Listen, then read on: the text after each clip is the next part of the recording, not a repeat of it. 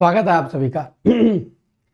जब आप उत्तर प्रदेश लोक सेवा आयोग का कैलेंडर देखते हैं तो आप जनरली पीसीएस और आरओ ये दो वैकेंसी देखते हैं।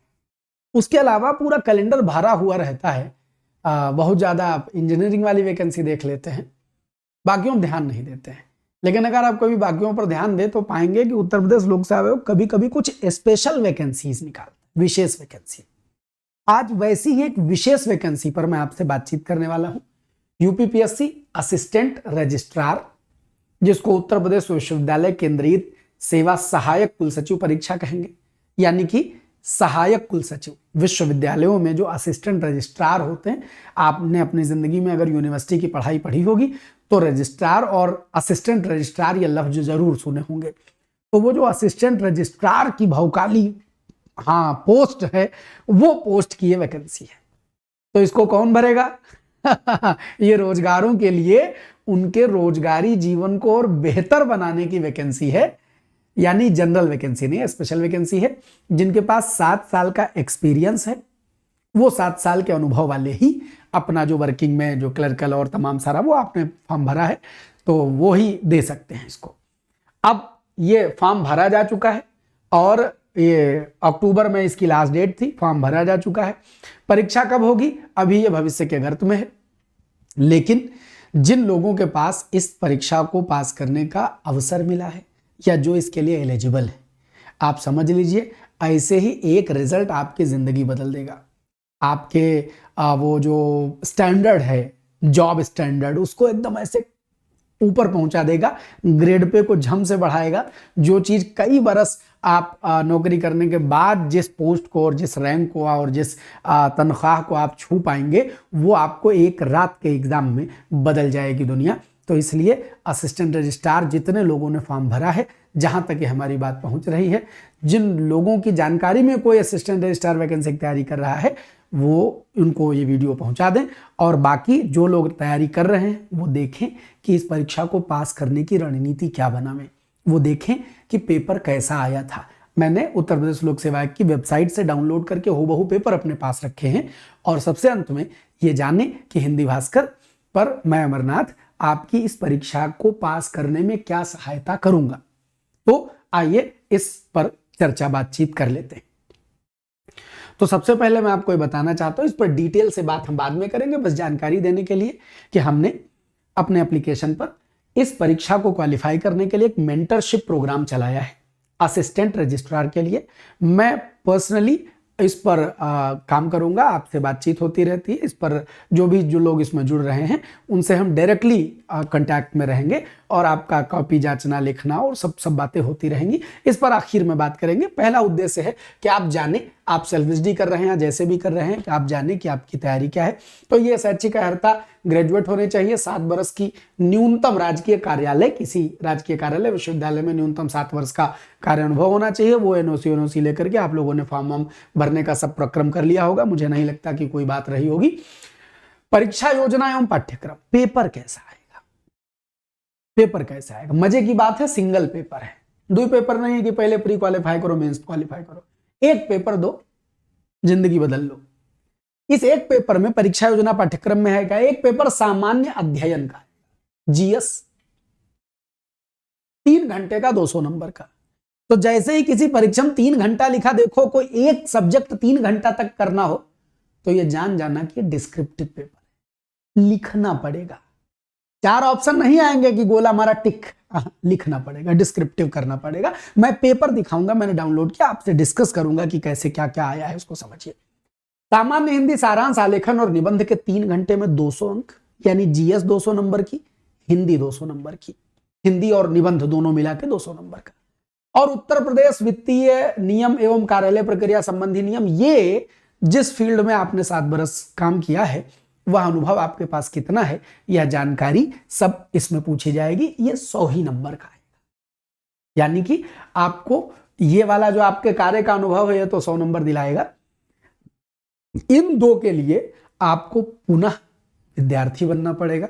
7 बरस की नौकरी, कई की 8 की हो गई, कई की 10 की, कई 12 की, 15 नौकरी साल करने के बाद आपके मन में बात आई है, अच्छा फॉर्म आया है तो भर दिया जाए।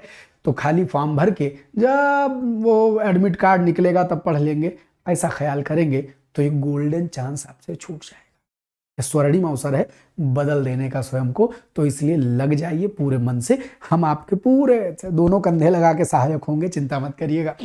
तो अब इसमें जिन जिन पोस्ट के लिए अच्छा, उसके अलावा ये आपका जो साक्षात्कार है वो 50 अंक का जोड़ा गया। इस प्रकार 2 2 4 1 5 550 नंबर का ये पूरा कंसेप्ट बनेगा।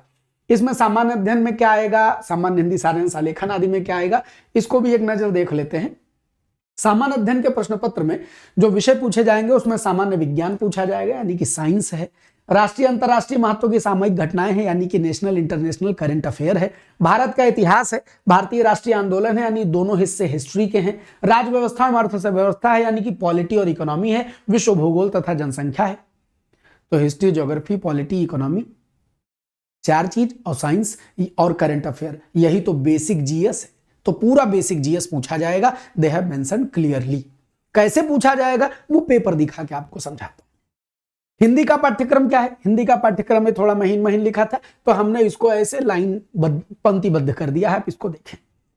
निबंध आएगा हिंदी में 200 नंबर की, हिंदी में निबंध 40 नंबर का, एक निबंध लिखना होगा 40 नंबर का। एक गद्यांश आएगा, उसमें से 40 अंक का गद्यांश में प्रश्न बने रहेंगे। कैसे प्रश्न बने रहेंगे, गद्यांश आएगा उसमें आपको एक शीर्षक लिखना होगा, एक गद्यांश का सारांश लिखना होगा, 3 रेखांकित अंशों की व्याख्या करनी होगी। उसके बाद पत्र आलेखन आएगा यानी कि लेटर राइटिंग का फॉर्मेट समझना समझाने की बात आएगी। शासकीय, अर्धशासकीय पत्र, कार्यालय आदेश, कार्यालय ज्ञापन, परिपत्र, विज्ञप्ति, निविदा, सूचना, टिप्पणी, ये सब कुछ आएगा। उसके बाद आपका ग्रामर, इसको जोड़ लें तो 40 40 80 और 8 3 11 110 नंबर बच्चा जो ये है 110 नंबर, ये 110 अंक आपकी राइटिंग स्किल के डेवलपमेंट के हैं। इसमें नॉलेज का बहुत रोल नहीं है, राइटिंग स्किल का, हाउ यू एक्सप्रेस योरसेल्फ, आप लिख कैसा पाते हैं, आपकी कलम कागज पर चलती है कि नहीं चलती है, ये सीखने जानने के लिए 110 नंबर। उसके बाद ये है ग्रामर, ये अपने भीतर से निकलेगा नहीं, इनको गुरुजी पढ़ाएंगे और ये बनेगा कुल 90 नंबर।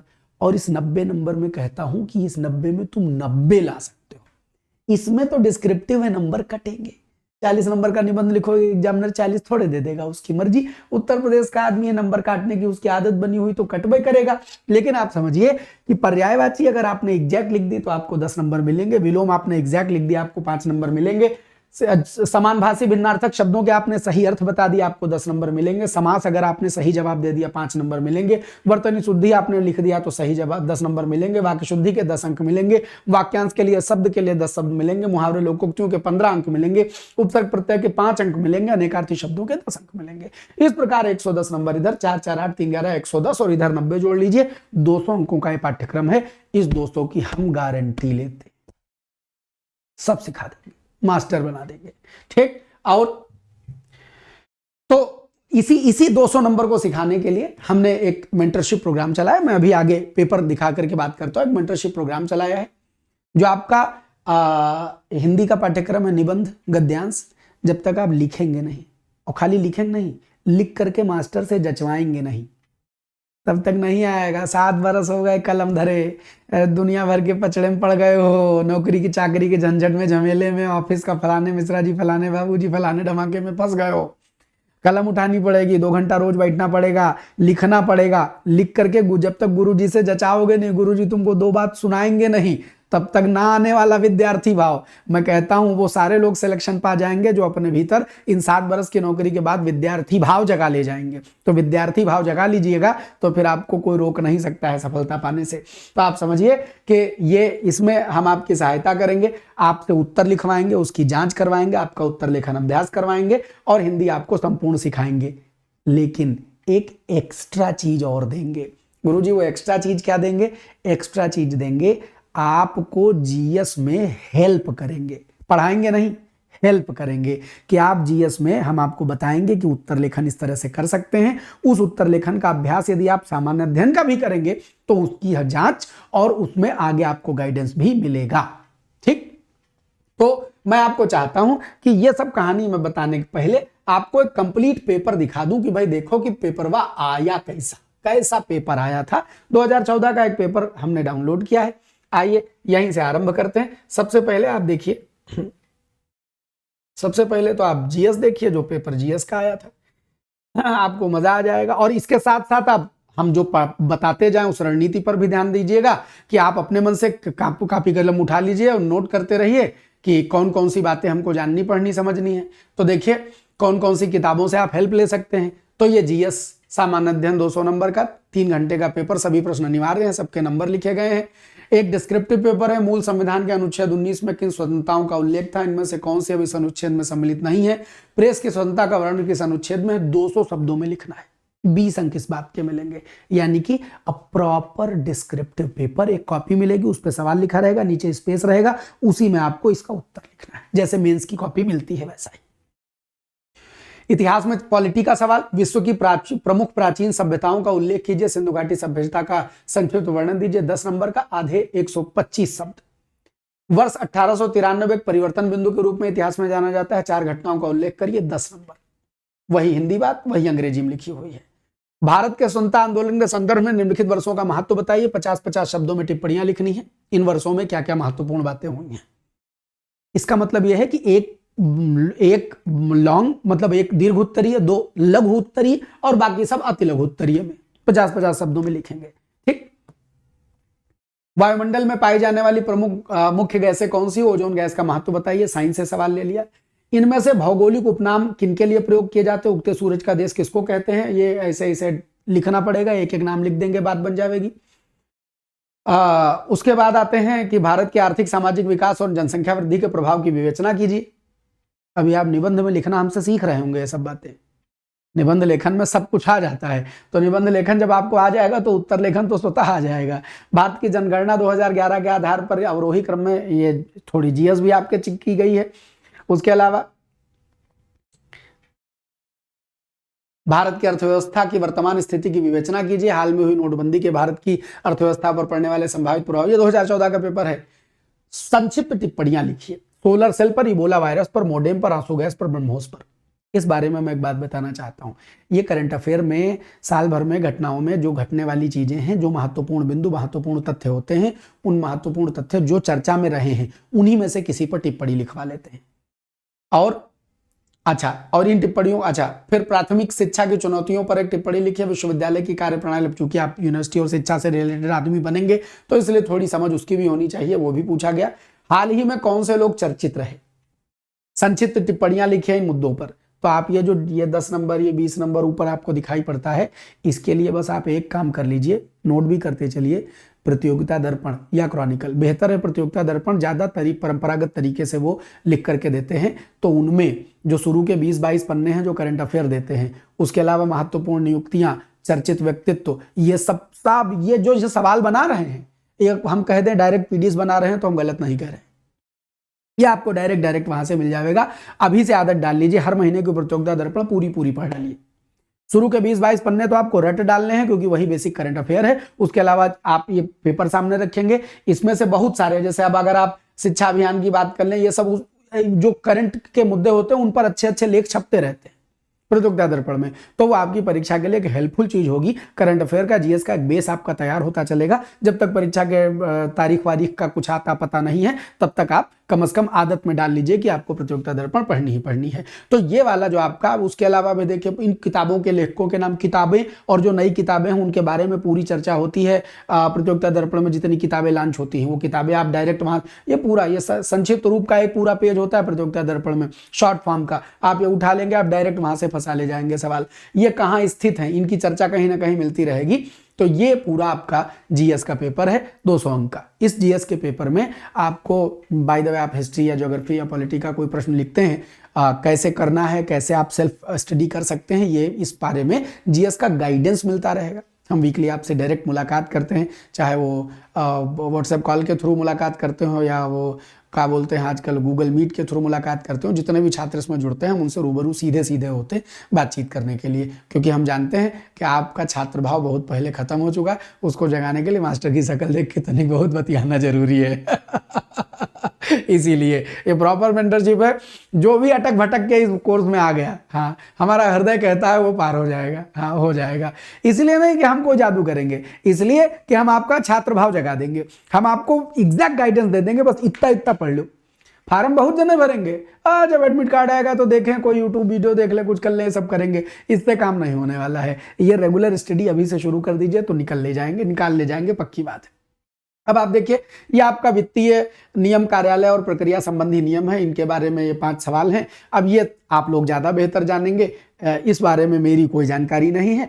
बस ये है कि अगर आप इस क्षेत्र के हैं तो आप इस विषयों को जब पढ़ेंगे तो आपको समझ में आ जाएगा। उपार्जित अवकाश, चिकित्सा प्रमाण पत्र पर अवकाश, असाधारण अवकाश, विशेष आकस्मिक अवकाश, इन सब पर टिप्पणियां लिखनी है, तो ये आप देख लीजिएगा। पेपर आपको चाहिए होगा तो आप, अभी मैं लास्ट में नंबर दूंगा, आपको अगर पेपर चाहिए होगा तो आप हमसे पेपर मांग लेंगे उस नंबर पर, तो आपको पेपर दे दिए जाएंगे। और बेस्ट वे है कि आप उत्तर प्रदेश लोक सेवा आयोग की वेबसाइट पर जाइए और वेबसाइट से सीधे डाउनलोड कर लीजिए। यदि आपको पेपर चाहिए, आखिरी में हम एक व्हाट्सएप नंबर देंगे, उस व्हाट्सएप नंबर पर मैसेज करके कि सर हमको थोड़ा गाइडेंस दे दीजिए। आपकी मर्जी है, आप इसमें शामिल होइए, हमारे कोर्स में, आप मेंटरशिप में आपकी मर्जी है ना, शामिल होइए। आप खाली बातचीत करके कुछ राय मशवरा करना चाहें तो आप राय मशवरा भी कर सकते हैं, आखिर में हम आपको नंबर दे देंगे। तो क्योंकि इसमें कोई प्रॉपर गाइडेंस देने वाला, कोई प्रॉपर कोर्स चलाने वाला आपको मिलेगा नहीं, इसलिए हमें लगता है कि हम आपके लिए ये कर दें। अब आते हैं हम सामान्य हिंदी के पेपर पर। 200 नंबर का है। सबसे पहले 400 शब्दों का एक निबंध लिखना है, 40 नंबर का। कोई 4 बिंदु दिए गए हैं, 4 में से किसी एक पर निबंध लिख देना है। लोकतंत्र में मीडिया की भूमिका, नोटबंदी उस समय आई थी तो नोटबंदी, राष्ट्रीय एकता, सर्वधर्म संभाव, राजभाषा हिंदी, दशा और दिशा। राजभाषा हिंदी पर तो एक पूछ ही लेना चाहिए, क्योंकि आप विश्वविद्यालय में काम करेंगे तो ये जरूर इस पर चर्चा होगी। उसके बाद एक 40 नंबर का निबंध हो गया कि फिर एक पैराग्राफ है। इस पैराग्राफ में 2 लाइनें अंडरलाइन है, आप देख पा रहे हैं, 2 लाइनें अंडरलाइन है। क्या होगा कि इस गद्यांश का एक शीर्षक लिखना होगा, शीर्षक लिखने के 5 नंबर मिलेंगे। इस गद्यांश का सारांश 1/3 में लिखना होगा। अब ये सारांश हाई स्कूल इंटरमीडिएट वाला नहीं है कि पैराग्राफ लिखा उसमें से कुछ लाइन छोड़ दो तो क्या सारांश लिख दो। सारांश नंबर देता है, कितने नंबर देता है? 20 नंबर देता है। समझिए, चीज को छोटा करने का नंबर मिल रहा है, पैराग्राफ को छोटा करने का नंबर मिल रहा है बड़ा, 20 नंबर। काहे? गणित है ये, कंसेप्ट है ये, रूल्स है ये, मैथमेटिक्स की तरह काम होता है सारांश बनाने में। हम सिखाएंगे, हमारी जिम्मेदारी, हम सिखाएंगे। रेखांकित अंशों की व्याख्या कीजिए, 15 अंक का रेखांकित अंशों की व्याख्या आएगी। माने जो 2 लाइनें खींची गई थी उनकी एक्सप्लेनेशन देनी है। फिर आ गए हम शासकीय और अर्धशासकीय पत्र का अंतर बताते हुए अर्धशासकीय पत्र का उदाहरण दीजिए, जो आरओ की तैयारी में हो रहा है, जो पीसीएस की तैयारी में हो रहा है, वही यहाँ हो रहा है। परिपत्र को स्पष्ट कीजिए, इसकी विशेषताओं का उल्लेख दीजिए। अब आता है असली खेल। यहाँ टिक नहीं करना है पर्यायवाची पर, लिखना पड़ेगा। इन्हीं 5 के 4-4, यानी इसमें से ये 4-4 8 2 10 पर्यायवाची, 10 शब्द लिखे हैं, इनमें से कोई 5 ले लीजिए और उनके 4-4 पर्यायवाची लिख दीजिए। सेना का, मछली का, घर का, कपड़ा का, नदी का, सरोवर, लक्ष्मी सिंह, पर्वत, उपवन, इनमें से अपनी मर्जी से कोई 5 चुनिए और उनकी 4-4 पर्यायवाची लिख दीजिए। ऐसे ही 5 के अपोजिट लिख दीजिए। थोक का, अपव्ययी का, आहार का, उद्धत का, कृतज्ञ, गमन, ज्येष्ठ, सात्विक, तृष्णा, सापाच, इनमें से कोई। जब परीक्षा की डेट आ जाएगी तो मैं यूट्यूब पर एक पेपर सॉल्व करवा दूंगा, ये भी वादा करता हूं। अभी कोई पढ़ने पढ़ाने वाला इसको मिलेगा नहीं। जब तारीख वारीख नजदीक आवेगी, जब लगेगा कि हाँ कुछ सुबह आ गई, डेट आ गई, तब एक पेपर हम सॉल्व करवा देंगे यूट्यूब पर। बाकी पेपर ऊपर सॉल्व करवाना, कंसेप्ट पढ़ाना, ये हमारे मेंटरशिप प्रोग्राम में चल रहा है। इनमें से किन्हीं 5 शब्द युग्मों का अर्थगत अंतर स्पष्ट करते हुए वाक्य में प्रयोग करिए। ये समानभाषी भिन्नार्थक है। भवन के माने क्या है, भुवन के माने क्या है, चिर के माने क्या है, चीर के माने क्या है, अंश के माने क्या है, अंश के माने क्या है, सब। अच्छा, 5 पदों में समास बताना है। किन्हीं 5 की वर्तनी शुद्ध करके बतानी है। फिर उसके बाद 5 वाक्यों को शुद्ध करना है और 5 के लिए वाक्यांश के लिए शब्द लिखना है। 10 दिए गए, इनमें से 5 के लिए लिख देना है। किन्हीं 5 मुहावरे और लोकोक्तियों का अर्थ लिखते हुए वाक्य प्रयोग करना है। किन्हीं 5 में प्रत्यय और उपसर्ग छांटने हैं। किन्हीं 5 के अनेकार्थी लिखने हैं। तो ये पूरा आपका पाठ्यक्रम है, पेपर है। इसको अच्छे से समय दे करके जानना, समझना, सीखना पड़ेगा। तो यदि आप चाहते हैं, यदि आप विद्यार्थी हैं, अब आप तो फिर विद्यार्थी भाव यदि अपने में ला सकते हैं, आपको लगता है कि नहीं हम मेहनत करेंगे और ये वाली नौकरी जो हमारे लाइफस्टाइल को, जो हमारे ग्रेड पे को, जो हमारी भौकाल को एक क्षण में बदल देगी उत्तर प्रदेश लोक सेवा आयोग की नौकरी, और आप तैयारी कर रहे हैं, तो आपका स्वागत है इस मेंटरशिप प्रोग्राम में, जहां हम आपकी जीएस में सहायता करेंगे, हम गाइडेंस देंगे और हिंदी पूरी शुरू से आखिर तक पढ़ाएंगे, लिखाएंगे, रटवाएंगे, खोपड़ी एकदम कर देंगे। बाकी जीएस आदि और करंट अफेयर आदि को पढ़ने का ढंग वो हमारे संघ जीएस के अध्यापक हैं, जो आपको उसमें साथ में हमारे जुड़े रहेंगे, वो भी आपको सहायता देते रहेंगे, मैं डायरेक्टली आपकी हेल्प करता रहूँगा। तो उसमें यह काम चलता रहेगा। संपूर्ण हिंदी उत्तर लेखन अभ्यास माला ये मेंटरशिप प्रोग्राम है। इससे जुड़ने के लिए क्या करें? इससे जुड़ने के लिए आप बस इतना करें कि हिंदी भास्कर बाय अमरनाथ ये गूगल प्ले स्टोर पर एप्लीकेशन है, एप्लीकेशन डाउनलोड कर लें। डाउनलोड करके उसमें जाएंगे तो ये जो थंबनेल आपको दिखाई पड़ रहा है, इसी थंबनेल से आपको एक उसमें कोर्स दिखाई पड़ेगा, ये असिस्टेंट रजिस्ट्रार का। इसी कोर्स को जब आप वहां बटन दबाएंगे, क्लिक करेंगे, फिर वो आपसे पेमेंट का ऑप्शन मांगेगा, आप उसमें एडमिशन ले लीजिए। हाँ, एडमिशन लेने के पहले आपके मन में तमाम सारे सवाल आएंगे, तमाम सारे ख्याल आएंगे, बातचीत करने का मन होगा, तो ये आपका नंबर है। इस नंबर पर आप डायरेक्ट बातचीत कर लें। आप रजिस्ट्रेशन करवाने से पहले, एडमिशन लेने से पहले आपके मन में जो सको शोभा सवाल जवाब आवे, वो सब आप इस नंबर पर कॉल करके अच्छे से बात कर ले। जब आप पूरी तरह संतुष्ट हो जाए, ठोक बजा के देख ले, आदमी मटका भी बाजार में खरीदता है तो टन टन बजा के देख लेता है। तो आप तो इतना महत्वपूर्ण कोर्स पढ़ने जा रहे हैं, तो यदि आप पढ़ना चाहते हैं तो आप इस पर बातचीत कर ले सीधे सीधे, और ये आपको बता देंगे। ठीक, और बाकी यह नंबर ना मिले कभी तो इस नंबर पर कॉल कर लें। बाकी पहले प्राइमरी इसी नंबर पर कॉल कर लें, कोई डाउट होगा तो आपका दूर कर दिया जाएगा। तो बस इतनी सी बात। Download Hindi Bhaskar by Amarnath, same यही सही सिंबल बना हुआ है, गूगल प्ले स्टोर पर इसको डाउनलोड कर लीजिएगा। और आपके सहायक कुल सचिव बनने में, असिस्टेंट रजिस्ट्रार बनने में हम किसी न किसी प्रकार आपकी सहायता कर सकेंगे, आपकी राह के हम साथी हो सकेंगे तो हमें खुशी होगी। और आप सब भी विश्वविद्यालयों में जब असिस्टेंट रजिस्ट्रार बनेंगे, भौकाली आदमी हो जाएंगे, कभी यूनिवर्सिटी आएंगे। हम लोग तो कोचिंग वाले यूनिवर्सिटी के सिस्टम में कहाँ सेट बैठते हैं। कोचिंग वालों को तो कोई सेटिंग होते हैं, वो तो प्रोफेसर लोगों का अलग है, एकेडमिक दुनिया अलग है, कोचिंग दुनिया अलग है। तो हम कोचिंग वालों को भी अलग अलग विश्वविद्यालय में आप लोगों की वजह से थोड़ी वकाल मिल जाएगी। तो आप जरूर, हाँ, हम चाहेंगे, पूरी शिद्दत से चाहेंगे कि आप तो हो ही जाएं। जितने छात्र हमसे पढ़े वो सारे हो जाएं। हम आपके लिए भरसक संपूर्ण प्रयास करते रहेंगे और आपको सिखाएंगे, पढ़ाएंगे। आपसे कोई गलती होगी तो आपको डांट लगाएंगे। आपकी भले उम्र बढ़ गई हो, लेकिन आप हमारे सम्मुख जब आएंगे तो हमारे छात्र ही होकर के आएंगे। तो बहुत बहुत धन्यवाद इस जानकारी के लिए। आज का एपिसोड यही। कोई डाउट मन में उठेगा इस नंबर पर बात कर लीजिएगा। जब पूर्णतः संतुष्ट हो जाइएगा तो उसके बाद आप इस मेंटरशिप प्रोग्राम में शामिल हो जाइए। मैं आपसे विश्वास दिलाता हूं कि आप जब इसमें जुड़ेंगे तो आपको लगेगा कि it is worth to join. बहुत बहुत धन्यवाद। Bye bye.